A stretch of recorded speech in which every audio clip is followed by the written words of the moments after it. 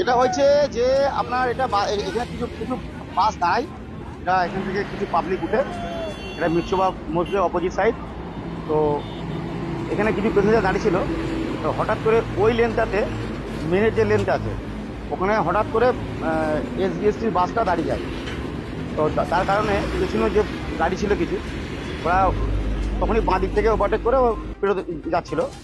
ওই সময়টাতে যখন বাসটা দাঁড়িয়েছে তার মধ্যে এই পরিযায়ী শ্রমিক যারা ছিল তারা বা কিছু লোক ছিল তারা বাসে ওঠার জন্য যাচ্ছিল আর কি, তখনই নিয়ন্ত্রণ হারিয়ে তখন ডাইরেক্ট মানে চার চাকাটা মারে ওদেরকে।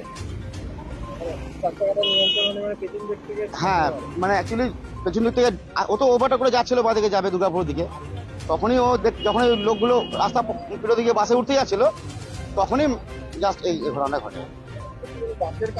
বাসের কারণে মেন হয়ে গেছে সব থেকে সমস্যা হচ্ছে যেহেতু স্টেট বাস, এরা যেখানে সেখানে হুট হাট মেন রাস্তার উপরে হঠাৎ মানে প্যাসেঞ্জার চাপানোর জন্য একটা লোক থাকলেও সে ব্রেক মেরে দিচ্ছে, আর পাঁচটা থাকলেও সে ব্রেক মেরে দিচ্ছে।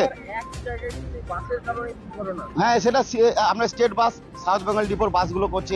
এটাকে নিয়ন্ত্রণ প্রশাসনিক লেভেল থেকে যদি না নিয়ন্ত্রণ করে এই দুর্ঘটনা ভুগবে না। আগামী দিন এক সপ্তাহ আগেও এখানে অ্যাক্সিডেন্ট হয়েছে, এক মাস আগেও এখানেতে আপনার একটা বড় দুর্ঘটনা ঘটেছিল, যেটা হচ্ছে আপনার ডাম্পার ট্যাঙ্কার তার সঙ্গে অ্যাক্সিডেন্ট হয়েছিল। এটাও কারণ হচ্ছে আপনার বাসের জন্য, ঠিক আছে, এটাও বাসের জন্যই হয়েছে। এরপরে একটা টোটো মোটর ভ্যানে আসছিল, সেও বাসে চাপা দিয়ে দিয়েছে, প্যাসেঞ্জার নামানোর সময় তখনও সে বাসে চাপা দিয়ে দিয়েছে। এই ধরনের ম্যাক্সিমাম যে ঘটনাগুলো ঘটছে আমাদের এইখানেতে, সেটা হচ্ছে টোটালটাই বাসের জন্য হচ্ছে, সাউথ বেঙ্গল বাসের জন্য। গাড়িতে একজনা ছিল আর এরা ছিল চারজনা ছিল, তার মধ্যে তিনজনের অবস্থা খুবই গুরুতর, মানে বাঁচার সম্ভাবনা খুবই কম। আর যিনি গাড়িতে চার চাকার যিনি ওনার পুরো হাতের রক্ত কেটে গেছে, মাথা কেটে গেছে, ওনাদেরকে আমরা সবাই মিলে আবার হসপিটালে পাঠালাম। টোটাল চারজনা।